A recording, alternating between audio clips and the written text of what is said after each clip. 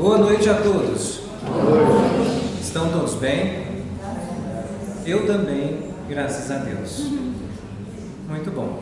Antes de nós começarmos, eu gostaria de dizer para aqueles que estão no grupo aqui da casa, amigos do Cela, WhatsApp, aqueles que estiverem lá, eu faço a divulgação de um áudio todos os dias, de manhã e à noite, do Evangelho por Emmanuel. O que é o Evangelho por Emmanuel? São pequenas passagens que ele vem pegar dos 4 evangelistas e também das cartas de Paulo.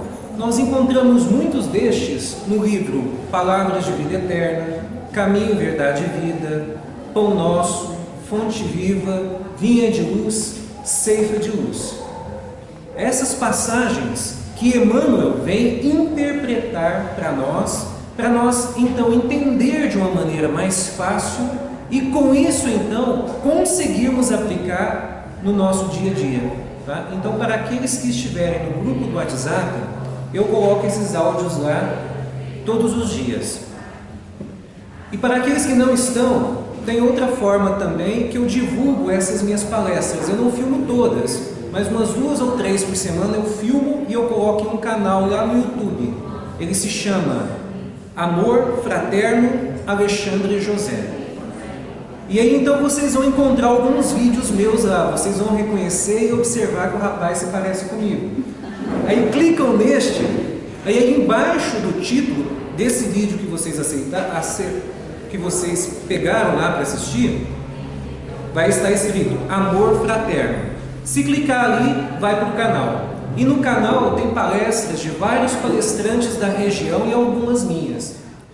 Porque com o tempo nós vamos percebendo que o que salva nessa terra, o que ameniza as nossas dores, é a compaixão uns para com os outros. Enquanto nós não estivermos praticando a compaixão, as nossas vidas serão mais dolorosas, mais sofridas, mais miseráveis mesmo. Por quê? Porque não adianta nós estarmos passando dificuldades e não estar entendendo que a única forma de que essas dificuldades diminuam é justamente pagar o mal com o bem. Por enquanto, nós estamos no meio ainda muito materialista, no qual nós pagamos o mal com o mal. Então é por isso que nós continuamos sofrendo. Nós continuamos, então, tendo dificuldades. Porque não é porque o outro fez o mal com a gente que a gente deve fazer o mal ao outro, mesmo sendo aquele que nos prejudicou. Por quê? Porque só Deus que cobra, só Deus que corrige. Se aquele ser precisa de uma correção porque nos fez mal, quem que vai corrigi-lo? Não somos nós, é Deus. Mas para nós, para com Ele, o que nós devemos fazer? Entender que nos fez o mal, é verdade, mas que eu tenha consciência tranquila de que para com Ele eu só fiz o bem. Porque quando desencarnarmos, pode ter certeza de uma coisa: lá na espiritualidade, o que vai estar mais triste foi aquele que prejudicou o outro. Enquanto aquele que foi prejudicado aqui, ele vai estar com a consciência tranquila e vai estar iluminado. É dessa maneira que acontece. Mas para entender a compaixão não é fácil. E eu vou contar algumas historinhas que vão fazer com que nós a compreendamos melhor. Tá? E eu vou tirar como base o capítulo 10. Bem-aventurados aqueles que são misericordiosos. Tem pessoas que ainda não entendem essa palavra, misericordiosos, que vem de misericórdia. Significa ter compaixão, ter piedade, ter amorosidade, fazer ao outro o que nós gostaríamos que nos fosse feito, mesmo que este outro nos faz o que nós chamamos de maldade, nos prejudica, nos rouba, nos trai, adultera coisas nossas e fala mal da gente. Independente disso, perdoai para que Deus vos perdoe. Bem-aventurados aqueles que são misericordiosos, porque eles próprios obterão misericórdia. Se perdoardes aos seres humanos as faltas que eles fazem contra vós, vosso Pai Celestial vos perdoará também vossos pecados. Mas se não perdoardes aos seres quando eles vos ofendem, vosso Pai também não vos perdoará os pecados. Se vosso irmão pecou contra vós, ide-lhe exibir sua falta em particular, entre vós e ele. Se ele vos escuta, tereis ganho o vosso irmão. Então Pedro, aproximando-se, disse-lhe: Senhor, quantas vezes perdoarei ao meu irmão? Quando ele houver pecado contra mim, será até 7 vezes? Jesus lhe respondeu: Eu não vos digo até 7 vezes, mas até 70 vezes 7 vezes. E eu vou complementar cada erro daquela pessoa. Eu devo então perdoar 70 vezes 7 vezes. E aí então, vamos entender primeiro, por que nós sofremos tanto nessa terra? Para isso eu vou misturar algumas lições do Evangelho. Por que nós sofremos tanto nessa terra? Porque nós ainda, como eu disse, materialista que somos, e de uma certa forma concordando com o que o Cristo disse lá na cruz. O Cristo disse assim: Pai, perdoa-os porque eles não sabem o que fazem. Não sabemos até hoje. Até hoje confundimos a felicidade com sensações. Nós achamos que a sensação, aquele prazer de viajar sempre utilizando todas as nossas economias, desde o supérfluo ao necessário, nós achamos que isso é a maior felicidade do mundo. Nós achamos que o prazer da sensualidade e da sexualidade são as coisas mais felizes nas quais nós podemos então de alguma maneira praticar nessa terra. Nós acreditamos também que felicidade é estar bem materialmente. Nós precisamos usufruir o máximo das coisas materiais, porque isso é felicidade. E nós acreditamos também que felicidade é então estar sempre levando vantagem em cima do outro. Nós acreditamos que essas são as felicidades. Porém, isso tudo são apenas sensações. E ao mesmo tempo, a maior parte dessas coisas que eu disse, quando nós as praticamos, se torna uma infelicidade real. Ao invés de conseguirmos a felicidade, que é o que? De alguma maneira estar pelo outro, auxiliando o outro, concordando com o outro, tendo amorosidade e piedade para com o outro, nós então praticamos a infelicidade. E praticando essa infelicidade real, muitos de nós então, talvez na mesma existência ou nas seguintes, começam os seus tormentos, as suas dores, os seus sofrimentos, que são as consequências do que eu disse, a infelicidade real. E muitos vão perguntar, o que é então a infelicidade real? A infelicidade real são os filhos que não honram, não respeitam e não obedecem os seus pais. A infelicidade real são os cônjuges e namorados que traem um ao outro. A infelicidade real são as pessoas que levam vantagem em cima das outras, que prejudicam as outras, que adulteram o que é das outras, que roubam os outros, usam de maledicências e atentam contra a vida dos outros. Isso tudo é uma infelicidade real que nós estamos praticando agora porque estamos levando alguma vantagem materialmente falando, mas o que nós não sabemos vai voltar para nós, duplicado, triplicado ou quadruplicado. Isso tudo volta para nós. São as consequências dessa infelicidade que eu disse. E o pior de tudo, sem praticar a compaixão para com os outros, sem fazer ao outro o que nós gostaríamos que nos fosse feito, essa dor fica mais amarga. E por que fica mais amarga? Porque todo mundo guardando mágoa, ressentimento, rancor, nós ficamos sem auxiliar um ao outro. Sem auxiliar um ao outro, nós ficamos à mercê do nosso próprio sofrimento. Só que tem uma coisa: o ser nessa terra, ele não evolui sozinho. Ele precisa da ajuda da espiritualidade, ele precisa da ajuda da sua família, ele precisa da ajuda do meio, ele precisa da ajuda dos colegas de trabalho, do seu chefe, da comunidade na qual ele está. E para que ele consiga essa ajuda, ele precisa primeiro ajudar, primeiro fazer a sua parte. Por isso que está escrito assim: Pai, perdoa-nos, assim como nós perdoamos a quem nos tem ofendido. Está dizendo que nós estamos pedindo para Deus nos perdoar, assim como nós já estamos perdoando aqueles que nos têm ofendido. Olha só, o problema é: e se nós não estivermos perdoando? E se nós não estivermos tendo compaixão? Deus será que vai nos perdoar? Não. Sabe o que ele vai fazer? Ele vai continuar sendo um pouco duro conosco. Ele vai nos cobrar centil por centil o que fizermos aos outros. Mas se porventura amenizarmos as dores dos outros, ele ameniza as nossas dores. É mais ou menos assim: nós não queremos desconto quando vamos comprar as coisas e não achamos bom quando ganhamos desconto. Vamos ganhar desconto perante os nossos sofrimentos para com Deus, se estivermos descontando dos outros o que eles fizeram em nós. Descontando no sentido assim, perdoando-os, amenizando as dores dos outros pelo mal que eles nos fizeram. Para vocês terem uma ideia, eu vou contar uma história. Já contei aqui antes, mas vou usar uma outra perspectiva.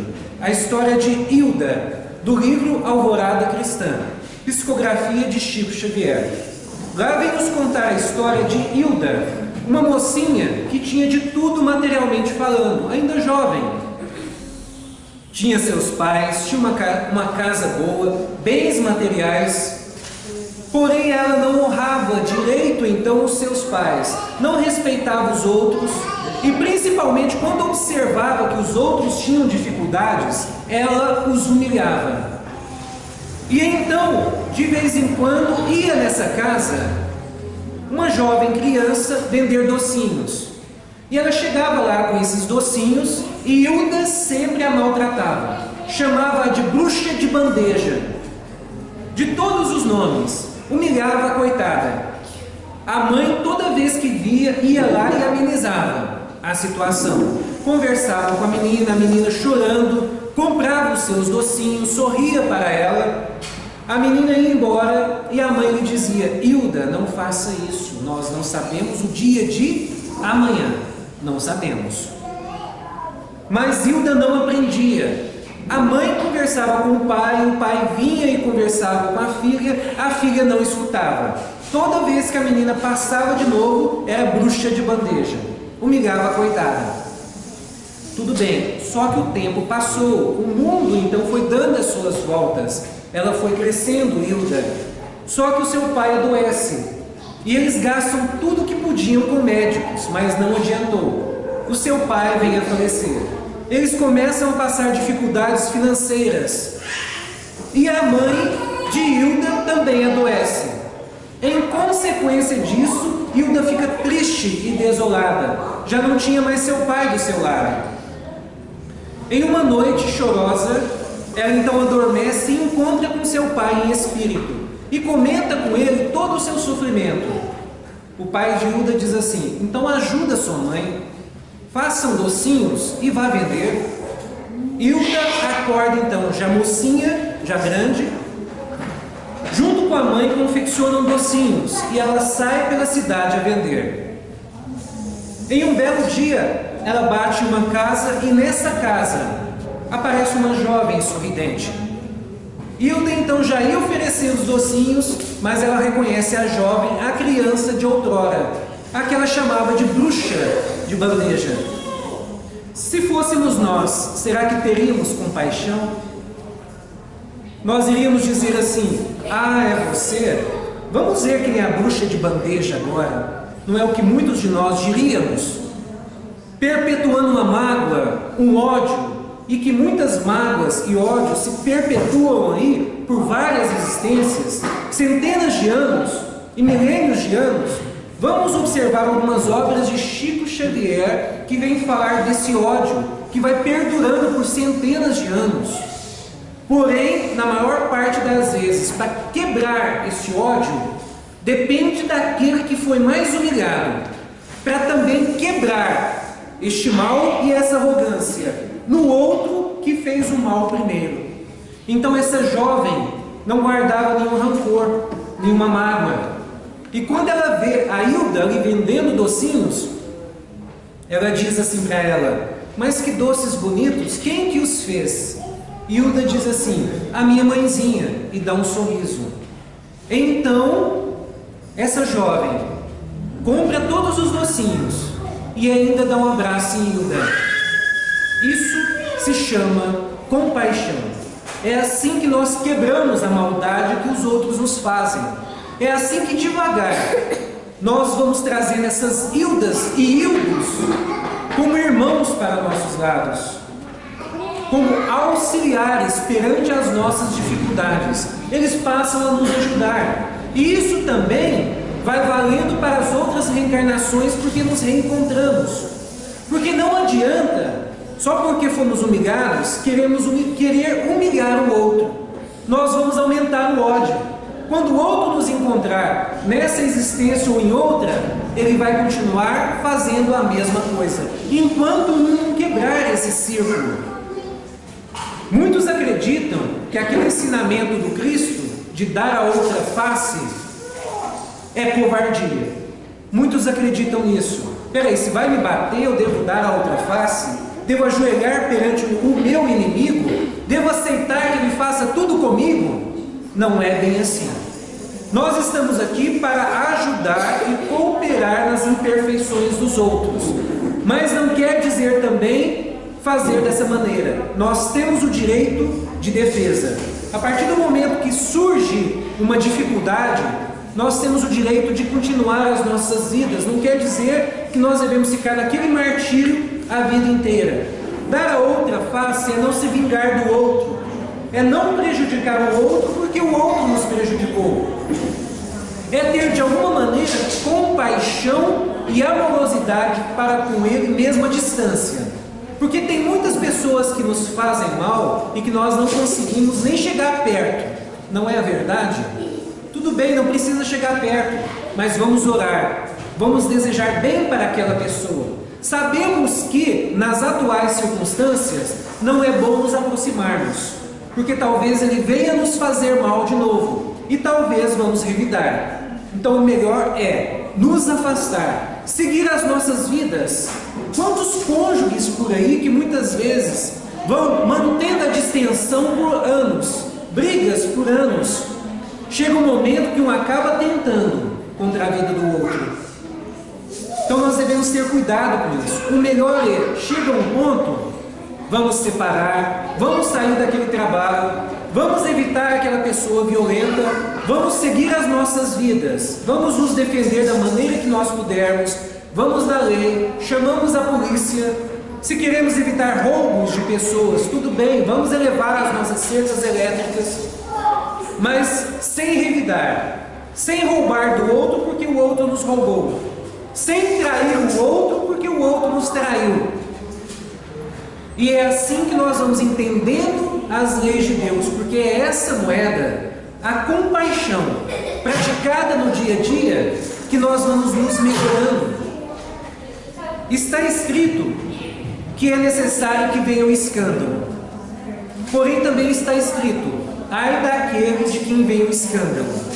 Significa mais ou menos assim: todos nós ainda somos muito ignorantes, todos nós ainda erramos muito, e a melhor maneira de devagar ir aceitando a correção que Deus nos dá é nos conhecendo melhor, nos entendendo melhor, ir de alguma maneira amenizando as mágoas dentro de nossos corações.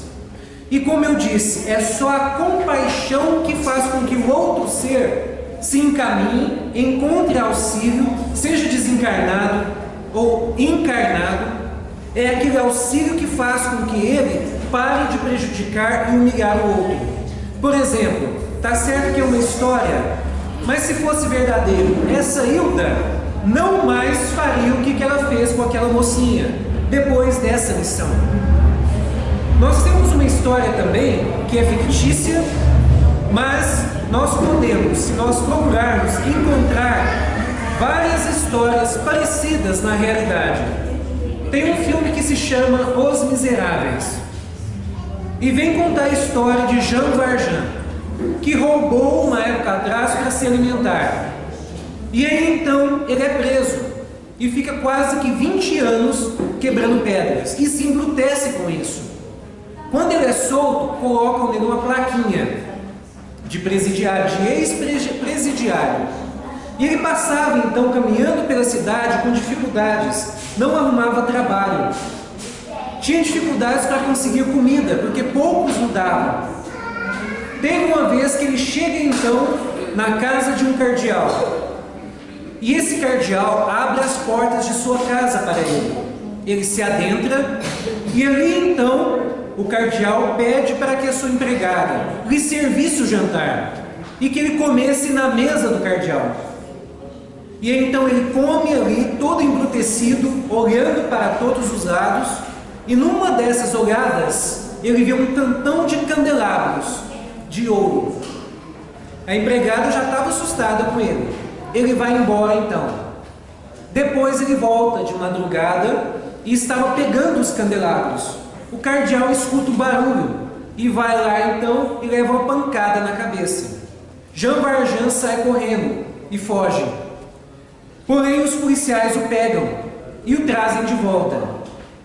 Quando eles estavam chegando perto da casa do cardeal, o cardeal já estava na porta. E antes que os policiais falassem alguma coisa, o cardeal diz assim: ainda bem que você voltou, você esqueceu algumas coisas.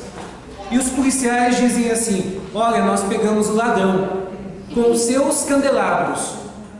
E aí o cardeal diz assim: mas ele não me roubou? E os policiais perguntam: e os candelabros? Eu que dei para ele.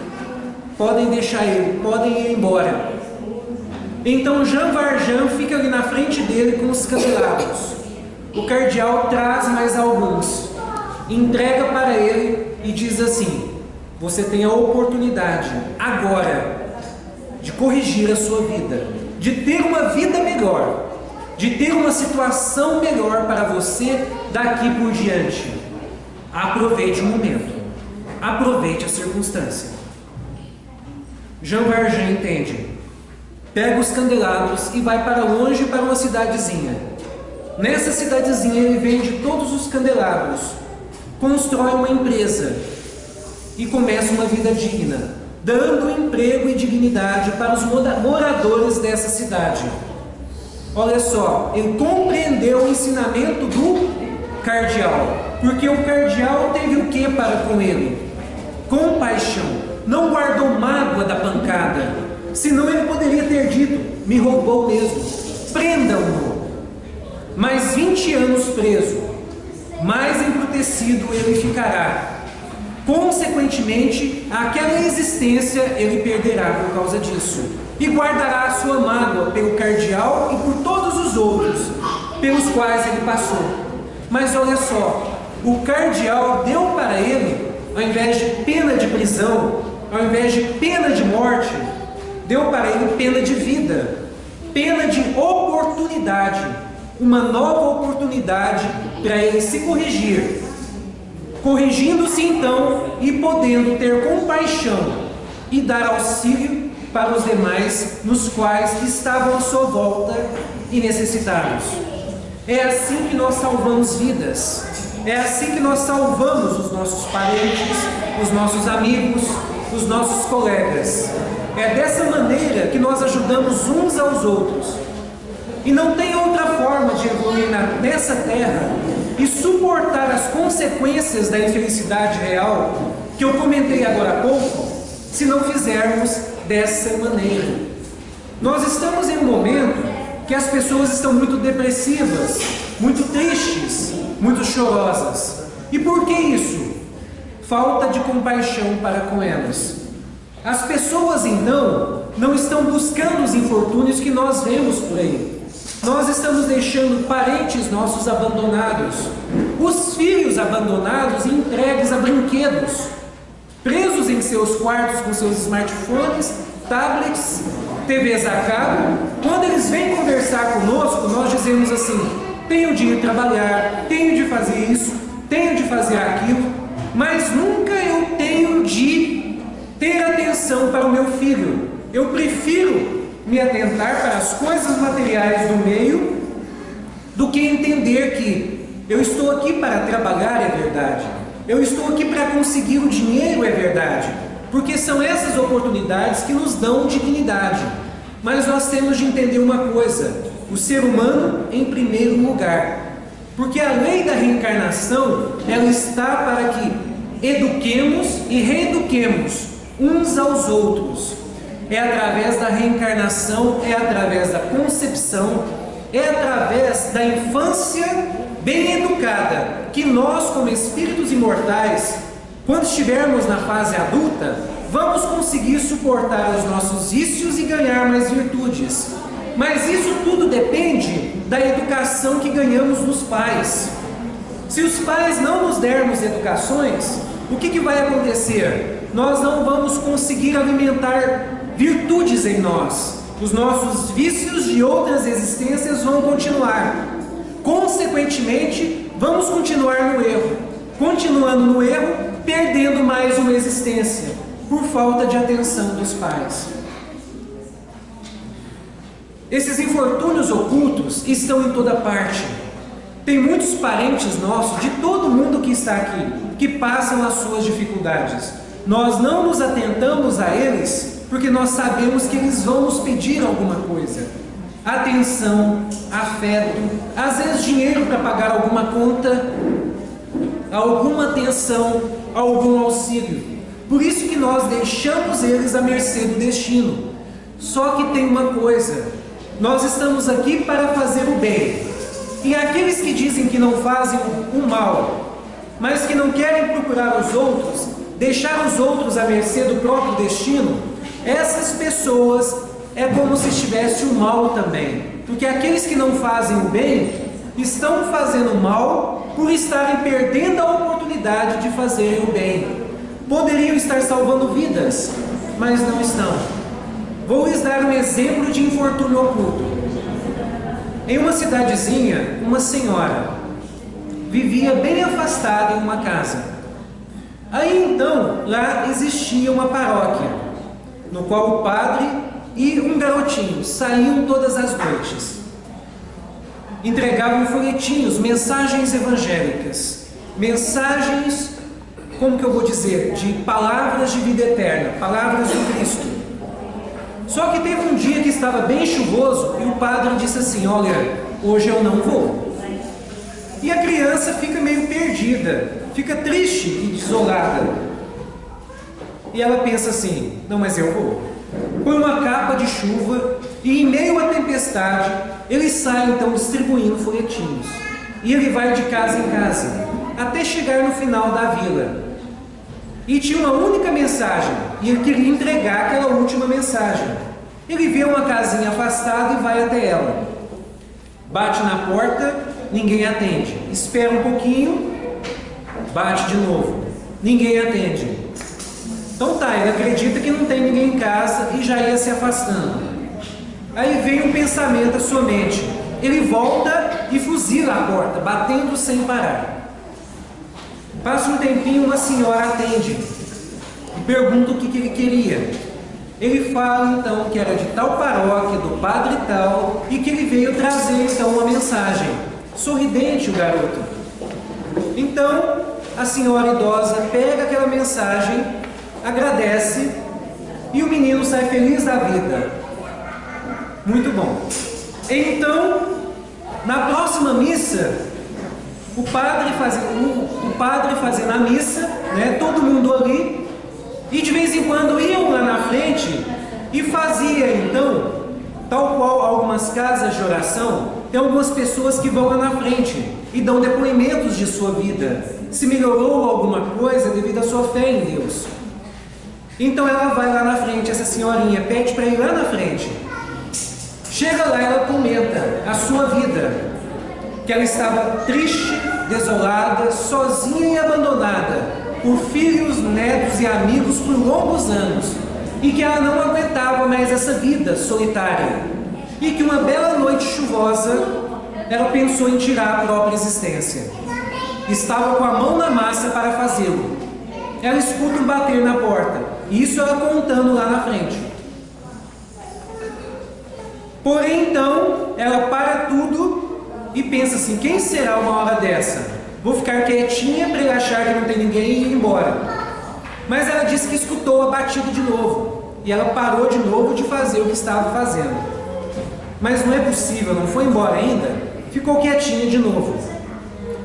Então, fica em silêncio, ela fala: oba, foi embora. E ia fazer o que ela estava para fazer. Mas aí nós sabemos que o menino fuzilou a porta, bateu na porta sem parar. E aí então ela, tá, deixa eu atender. Vai lá e ela vê um lindo garotinho à sua porta, todo encharcado, querendo lhe entregar uma mensagem. Ela lê a mensagem, agradece, entra para dentro e chora. E a partir daquele dia, ela desiste de tirar a própria vida. Olha só, um infortúnio oculto que foi salvo por uma criança. Se é verdadeiro ou não, não importa, basta nós sabermos. Isso acontece o tempo inteiro com pessoas de bom coração que auxiliam os seus irmãos, a sua família, os seus amigos, ou pelo menos a comunidade na qual ele vive. Como, por exemplo, está cheio de casas como essa, que buscam abrir as suas portas para atender as pessoas que estão aqui, para confortá-las e para fazer com que elas desistam de qualquer ideia de tirar a própria vida. Essas casas que aqui estão para alimentar o espírito imortal, que somos todos nós, de esperança, de fé. Fé em Deus, primeiramente. E aí, então, depois que nós vamos conseguindo alimentar o ser com essa fé em Deus, vai acontecendo uma coisa maravilhosa. Ele vai tendo fé em si mesmo. Vai vindo aquela força de Deus perante as suas dificuldades, e esse ser agora tem força, vindo dele mesmo também. É onde ele vai saindo da depressão, é onde ele vai saindo da tristeza, é onde que ele vai saindo das dificuldades financeiras, das dificuldades amorosas, afetivas, seja elas quais forem. É a fé em Deus e a fé em nós. Eu costumo dizer, e muitas pessoas às vezes dizem que não é bem assim, as pessoas que porventura não enfrentam a vida, têm os seus pânicos, têm as suas depressões, pensam em tirar a própria existência, são pessoas que dizem Senhor, Senhor, são pessoas que dizem acreditar em Deus, mas eu vou lhes dizer uma coisa: estão enganando a si mesmas. Elas não acreditam em Deus de verdade. Ainda são muito materialistas, não acreditam em Deus como deveriam, porque se acreditassem, saberia que Deus sempre está por nós, que Deus nos envia todas as bênçãos necessárias para nós como alunos dessa terra, que Deus não envia fardos pesados por demais, em ombros leves por demais. Ele envia exatamente a correção necessária, e o que vem para nós é justamente na medida que Deus sabe que conseguimos suportar e vencer. Se não estamos vencendo, é por covardia de enfrentar a vida, é por covardia de aceitar a nossa posição como filho de Deus. Então é por isso que nós reforçamos. Essas casas de oração fazem com que nós busquemos primeiro a Deus, mesmo passando por todas as dificuldades. Buscando a Deus e encontrando Deus, nós ainda vamos chorar, nós ainda vamos nos arrastar por essa terra, mas dessa vez com a confiança em Deus. E com o tempo, nós paramos de arrastar, talvez ainda chorando um pouco pelos cantos, mas mais fortes, enfrentando as dificuldades. E com o tempo, não importa a dificuldade que vem à minha vida, eu a supero, eu a venço, e eu vou entendendo que não adianta nessa terra eu querer revidar o mal que o outro nos faz. O Cristo vem nos ensinar assim: se porventura vem lhe roubar a túnica, entregue-lhe também a capa. Se porventura lhe vem constranger a andar 1000 léguas, que ande com ele 2000 léguas. Os mais necessitados são os que roubam. Os mais necessitados são os que usam de maledicência e falam mal dos outros, usam de fofocas, não sabem cuidar ainda da própria vida, não têm a fé em Deus como deveria. Então o que eles fazem? Para chamar a atenção e para conseguir o que querem, perante a sua ignorância ainda, arrogância, orgulho e egoísmo, então tiram o que é dos outros, prejudicam os outros, levam vantagem, traem os outros. É assim que eles sabem pedir. Mas vai chegar um momento que eles vão aprender com o próprio mal que eles fazem. Eles vão observando então que o meio, apesar de receber o mal dessas pessoas, as pessoas retribuem com o bem. Retribuindo com o bem, que muitos falam que a maior vingança que nós podemos ter e fazer contra o outro é justamente fazer ao outro o que nós gostaríamos que nos fosse feito, porque nós paralisamos o outro. Vamos na história da Hilda. Quando essa mocinha então sorri para ela, lhe dá um abraço e lhe compra todos os seus doces, provavelmente ela ficou paralisada e pergunta assim: gente, eu maltratei essa menina, eu humilhei essa menina, por que ela está fazendo isso comigo? Nós paralisamos as pessoas que fazem mal quando nós retribuímos com o bem. Pode parecer um paradigma, não é? Porque eu devo fazer o bem àqueles que me fazem mal. Sim, mas vamos lembrar de uma coisa: essa terra aqui, tudo é tão passageiro, tudo é tão efêmero e temporal. Quer dizer, vai passar, e rápido. Quando nós voltamos na espiritualidade, nós observamos que parece que foi um relâmpago. Passou muito rápido. Vocês já observaram que quando nós estamos num joguinho, parece que nunca vai passar. Nós estamos ali empolgados, não é? Buscando vencer, buscando não perder a vida. Mas de repente, então, quando ele passa, nós temos a noção da verdadeira realidade e observamos que passou muito rápido. Mas enquanto estávamos no jogo, parecia uma eternidade. Vamos entender o seguinte: todos nós estamos no teatro da vida. Todos nós estamos aqui. E o que vai contar? É como nós vamos sair depois dele. É como nós agimos com as pessoas. Só tem uma coisa que nós levamos daqui: o bem que nós fazemos a alguém. Para finalizar a lição, eu vou buscar do livro Palavras de Vida Eterna, de Chico e Emmanuel. Na luz da compaixão. Bem-aventurados os misericordiosos, porque alcançarão misericórdia. Jesus. Deixa que a luz da compaixão te clareie a rota, para que a sombra não te envolva.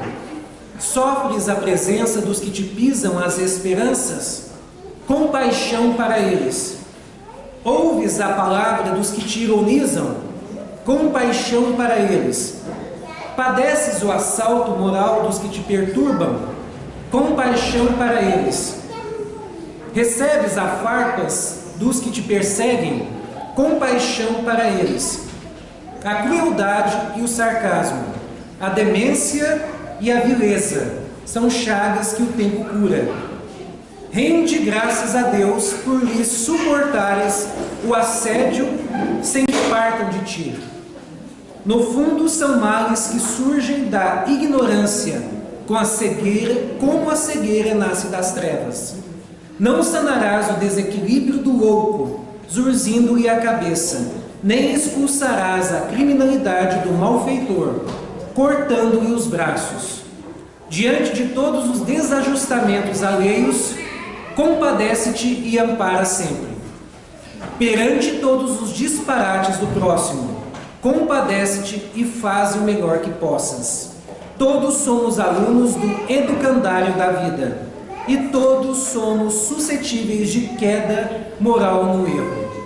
Usa, pois, a misericórdia com os outros e achará nos outros a misericórdia para contigo. Essa é a minha mensagem. Uma boa noite e um abraço a todos.